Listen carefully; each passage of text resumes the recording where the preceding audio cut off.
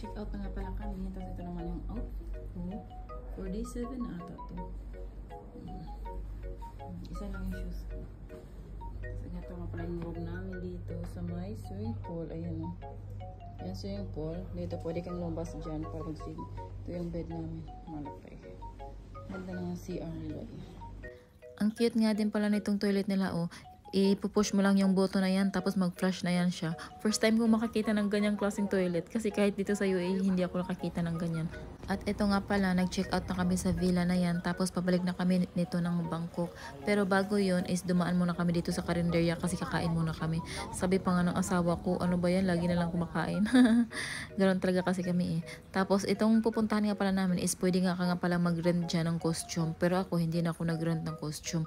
At yan nga pala, same lang din at 10 baht sa mga Thai tapos sa foreigner is 80 baht. At ito nga pala ang Wat Chai Watanaram. Parang ganon, ang hirap naman banggitin.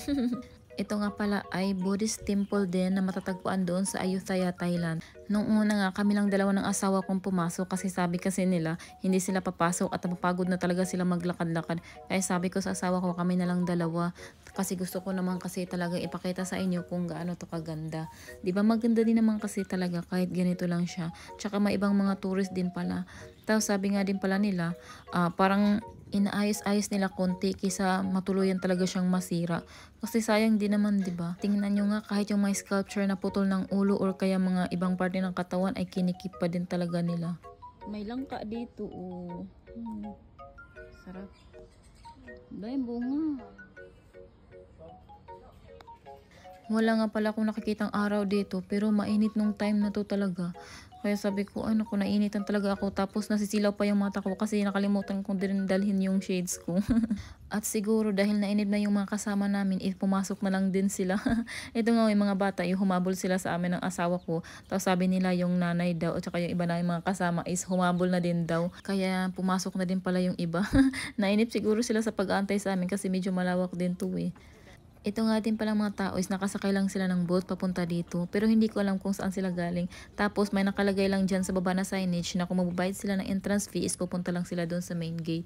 Tapos, di ba sabi ko pwede dito mag-rent ng costume or magsuot ka ganyan. Ayan no. Yan sila. Nag-rent lang yan sila sa labas. Pero kami hindi na. Sabi nga ng nanay mag-rent daw ako pero sabi ko wag na kasi mainit. Tapos ako lang din mag-isa. Tapos aantayin pa ako nila. Sabi ko naku wag na. Ayoko pa naman inaantay ako ng iba. Punta kami dito sa Central Ayutthaya Mall. Mall siguro to nila.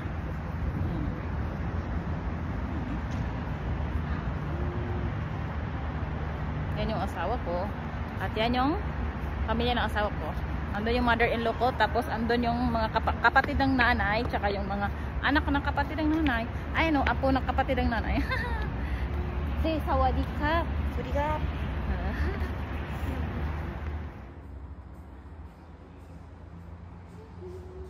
Sawadika.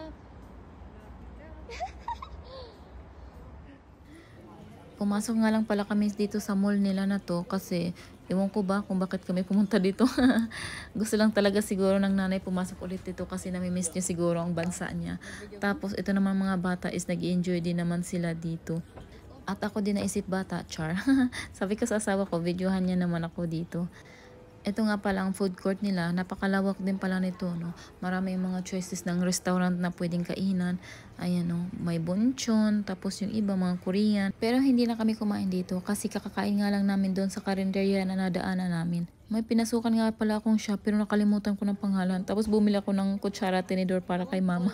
Papadala ko sa Pinas. Tapos pumasok din kami dito sa Starbucks kasi nag-request tong sister-in-law ko na gusto niya bumili ng kape. Kaya sinamahan ko na lang din siya doon para may kasama naman siya. Tapos gusto din naman ng asawa ko itong kape kaya ito binilhan ko na lang din siya. Ang sarap nito. Saging. Para hindi kayo magutom dito sa kanya. Dumaan nga din pala kami dito sa Premium Outlet kasi itong driver sabi niya pumunta daw kami dito. Kaya ayan, pumunta naman kami dyan. Pero yung mga kasama ko talaga, bumalik agad sila sa sasakyan. Kami naman ang asawa ko, lakad kami ng lakad.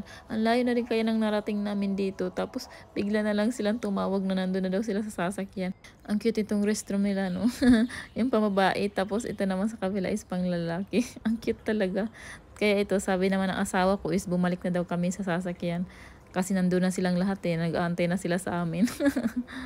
Pagkabalik nga pala namin sa sasakyan, sabi ng nanay sa amin is kailangan na talaga namin bumalik ng bangko kasi bibili pa kami ng mga damit namin na susuotin para sa cruise. Wala kasi kami masyadong damit Sa gabi kasi ang cruise kaya sabi ng nanay bibili muna kami ng damit para may masuot kami. At ito naman, safe naman kami na nakarating dito sa villa na pag-istehan namin.